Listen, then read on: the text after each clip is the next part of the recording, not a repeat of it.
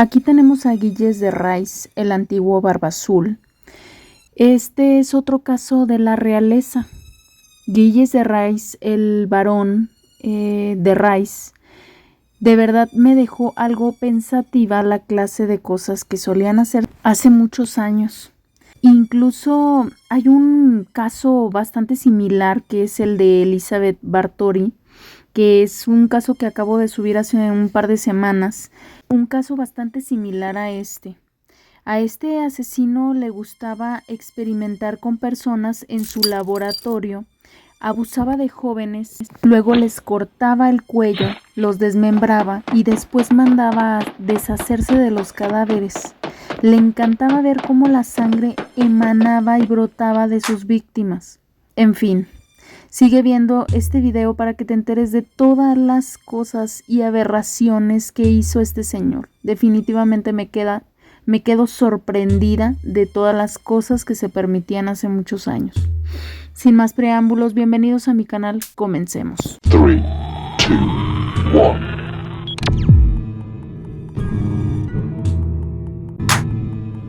Al cumplir 20 años de edad, este hombre era muy guapo y elegante. Entre otras cualidades, había tenido una formación militar que había hecho que lo convirtieran en mariscal, gracias a haber combatido junto al lado de Juana de Arco como primer teniente. Sirvió en distintas batallas de la guerra del rey Carlos II, entre ellas la Guerra de 100 años, y fue recompensado con el título de mariscal de Francia. Gilles descendía de una familia adinerada y a sus escasos 11 años había heredado una de las más grandes fortunas del país, ya que sus padres murieron y él fue criado por su abuelo materno, quien no podía educarlo bien porque Gilles era un niño perverso e inquieto. Después se incrementó de una manera muy abismal su fortuna, ya que se casó a sus 16 años con Catalina de Tortoires, que era una prima la cual poseía grandes riquezas. De una de las fuentes que investigué, decía algo que yo no estoy muy convencida. Decía que Gilles raptó a su suegra y la mantuvo a pan y agua para que le cediera, la señora cediera a darle los castillos que a él le convinieran. Cosa que no la creo del todo, ya que es la única fuente donde encontré tal cosa, que es el libro de 50 asesinos seriales. Y pareciera que todo le estaba favoreciendo. Incluso tuvo una niña. Era uno de los nobles más apreciados y ricos de Europa. Pero en algunos libros decía que Gilles le era indiferente la convivencia de la esposa. La conducta de él cambió radicalmente cuando detuvieron a Juana de Arco, la cual era su protegida del mariscal. Este trató de salvarla de una manera obsesionada y obsesiva, de modo que aunque quisiera lo que hiciera, no le serviría de nada porque de todas maneras Juana de Arco fue quemada en la hoguera. Perdió a la mujer que idolatraba en secreto, a la mujer que amaba verdaderamente. A la par de este hecho también perdió a su abuelo. Después de eso se separó de su esposa y los pensamientos lo atormentaban y se encerró en el castillo, negándose a tener contacto sexual con alguna otra mujer. Es aquí donde comenzó a hacer su carrera criminal y comenzó a hacer sacrilegios y renegar de la iglesia, a tratar de desafiar a Dios por haber permitido que torturaran a Juana de Arco y la asesinaran quemándola en la hoguera. Comenzó a hacer fiestas lujosas y se presentaban obras teatrales que eran bastante famosas en su tiempo y de toda Europa. Y como era de esperarse, la fortuna fue cediendo hasta que tuvo que comenzar a vender algunas propiedades y, abrumado con este problema de dinero, y lo que había pasado con Juana de Arco, se aisló en una ala del castillo y se aficionó por poner un laboratorio en el cual pues lo montó y no dormía, estaba como loco, pues mandó traer ciertas personas que eran alquimistas, magos de toda Europa en busca de la piedra filosofal. Según la tradición esotérica, esta era capaz de transformar los metales en oro. Comenzó a ver que el contratar a tantos magos, alquimistas y ciertas personas le estaban saliendo demasiado costosos y comenzó por despedir a todos y se quedó solamente uno que otro por ahí que lo aconsejó maldiciéndole que solo conseguiría sus objetivos con ayuda del diablo. En uno de los libros de los cuales saqué la información decía que Gilles de Rais dejó un testamento dejando todos sus bienes a nombre de Satanás. Pero no fue nada tonto porque dejó reservado para él la vida y su alma. También se dice que las escrituras del castillo están a nombre del mismo diablo. Según los libros que consulté, su primer asesinato fue gracias a que él quería hacer un pacto con el diablo. Así que atrapó una víctima, le cortó las muñecas y extirpó el corazón, los ojos y la sangre que emanaba de él. Como era evidente, el diablo nunca apareció. Y en lugar de eso, lo único que le ayudó a ese experimento es que, pues, le encantara la sensación de esa pasión frustrada que él tenía de asesinar y abusar de niños adolescentes. Se supo que fueron 200 muertes, aunque quizá fueron más. Y en el verano de 1438 comenzaron a desaparecer algunos niños del lugar donde se encontraba el castillo, además de pueblos vecinos, y lo más extraño es que la mayor parte de estos chicos habían sido vistos cercanos al castillo de Gilles de Rais. Intentaba Gilles de Rais atraer a los chicos que eran mendigos para darles agua o prometiéndoles que serían pajes o alguna otra cosa que él viera que a ellos realmente les interesaba. Y ya que estaban dentro del castillo, abusaba de ellos, después los desmembraba y al final terminaba guardando la sangre y con el resto de los huesos se dedicaba a hacer brujería. Este caso sin duda me hace recordar muchísimo al caso de Elizabeth Bathory, que hacía cosas muy similares, que también era de la realeza. Ambos eran de la realeza, ambos tenían preferencias hacia su mismo sexo y hacían cosas muy parecidas. A Gilles le encantaba hacer sufrir a las víctimas, no perdía la oportunidad para ir a ver lugar donde tenía los cuerpos, a ver el lugar, y lo peor es que los cuerpos los tenía colgados de ganchos.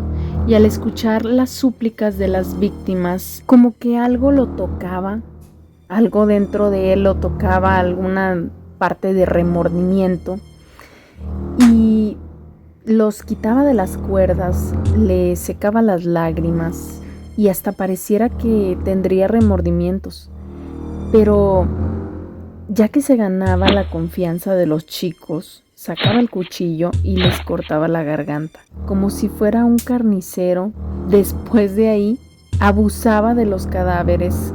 En una ocasión hizo algo aberrante y lo leí y quedé asqueada de ver lo que se atrevía a hacerle a los pobres chicos. Se acercó a uno de estos jóvenes, el cual ya había escogido previamente. Lo llevó a la sala de torturas, que era horrible, y después de abusar de él tomó una daga, la cual llevaba en la cintura, y riendo a carcajadas le cortó la vena del cuello para intentar que se desangrara. Al ver que la sangre brotaba como si fuera una fuente, El varón se volvió loco.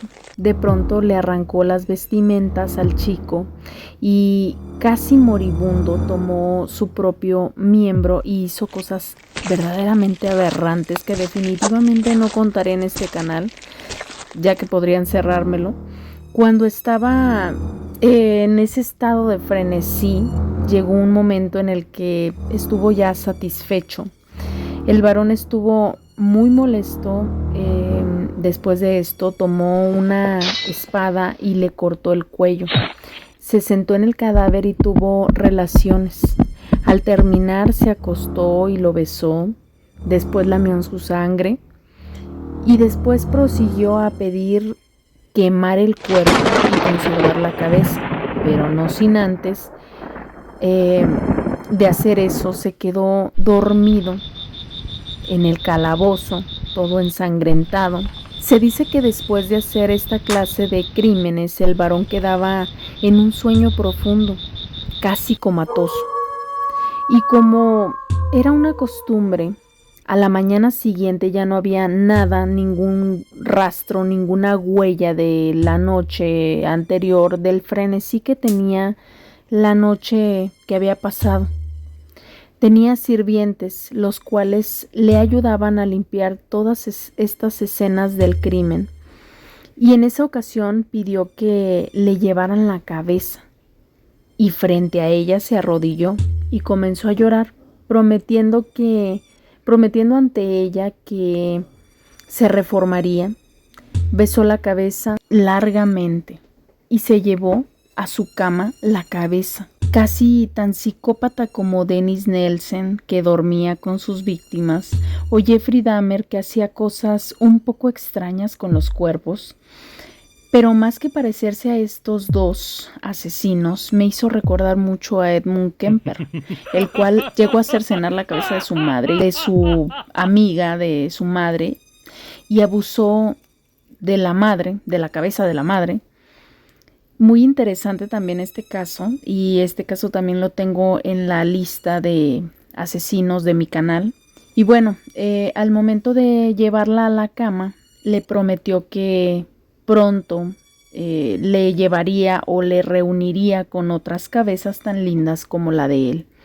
Y se sabe que una de las pasiones de Gilles de Rais era tener cabezas cercenadas a la vista de los ojos de él y de toda la gente. También tenía una persona que se dedicaba a maquillar las cabezas y arreglarles el cabello de las víctimas, hasta que la víctima quedaba con una singular belleza aún después de muerta, y cuando tenía varias cabezas cercenadas hacía una clase de concurso de belleza entre sus cabezas, y sus amigos e invitados votaban cuáles eran las más bonitas. Era algo curioso cómo es que nadie le decía nada.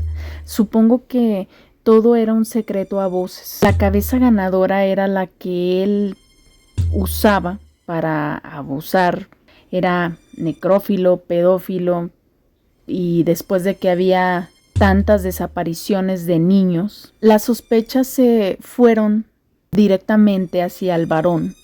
Pero nadie se animaba a denunciar nada, porque aunque era un poco más pobre últimamente por todo lo que había hecho, de todas maneras era una persona que tenía alto poder y tenía amistades de altas esferas. También le tenían miedo todas las personas, ya que se pensaba que tenía un pacto con el mismísimo diablo.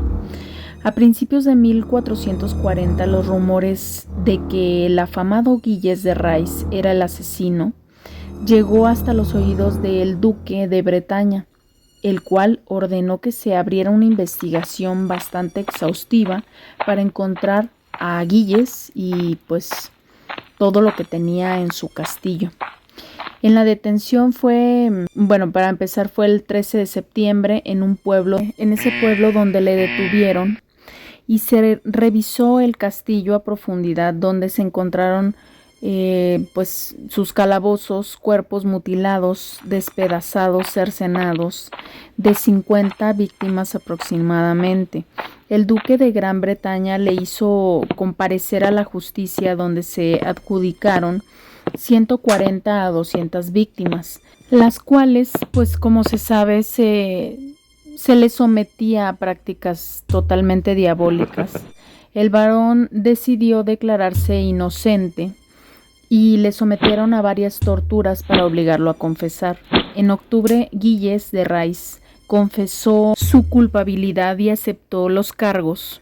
Confesó que a él le había gustado mucho asesinar a niños y que incluso él cercenaba, abusaba y golpeaba hasta matarlos con palos. Después gozaba que sus concursos fueran un éxito y después de abusar de ellos necrófilamente, le dijo a los jueces que tenía mucho más placer al sentarse en el vientre de los niños y ver que estaban a punto de fallecer y ver cómo les iba quitando la vida.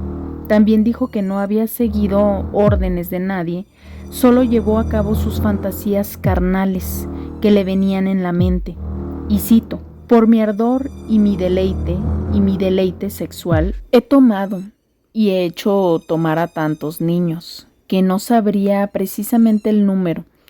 Los he matado y he cometido el pecado de sodomía, lo mismo antes que después de la muerte de estos y también durante ella. El 26 de octubre fue llevado a un lugar donde moriría, que fue en Nantes, junto a sus 2 cómplices, y se le ahorcó y luego se le quemó en la hoguera, los 3 antes de morir, y cito: a todos los presentes a no seguir su ejemplo, y se mostró arrepentido. Pidió perdón a los padres de las víctimas. Lo poco que quedó de él fue llevado a la iglesia de Carmelitas de Nantes. Los bienes fueron confiscados, nada más y nada menos que por el duque de Gran Bretaña. Que esto me suena a un plan con maña, algo turbio por ahí, algo como para quedarse con los bienes de él, con el dinero. Pero también se le dio parte de ese dinero a la iglesia. Supongo que también ha de haber sido por el pacto con el diablo, que era un dinero maldito. Vaya caso tan largo y tan atroz de toda esta clase de cosas despiadadas que solía hacer este varón.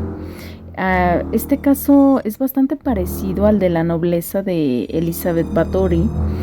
Y bueno, aquí tenemos el antiguo Barba Azul, que fue sumamente despiadado. Insisto, cada que lo pienso, que he visto más al asesino más aterrador, sale uno que me queda o me hace quedar perpleja, pasmada con tanta infamia y desagrado auditivo. Pero sobre todo me deja pensando qué tantas cosas se podían o no se prohibían en ese tiempo, qué tantas cosas solían dejarse que la nobleza hiciera. Pero bueno, espero verlos la siguiente semana. Si eres nuevo, suscríbete y bienvenido a mi canal. Y pues nada, nos vemos la siguiente semana con otro nuevo asesino. Chao.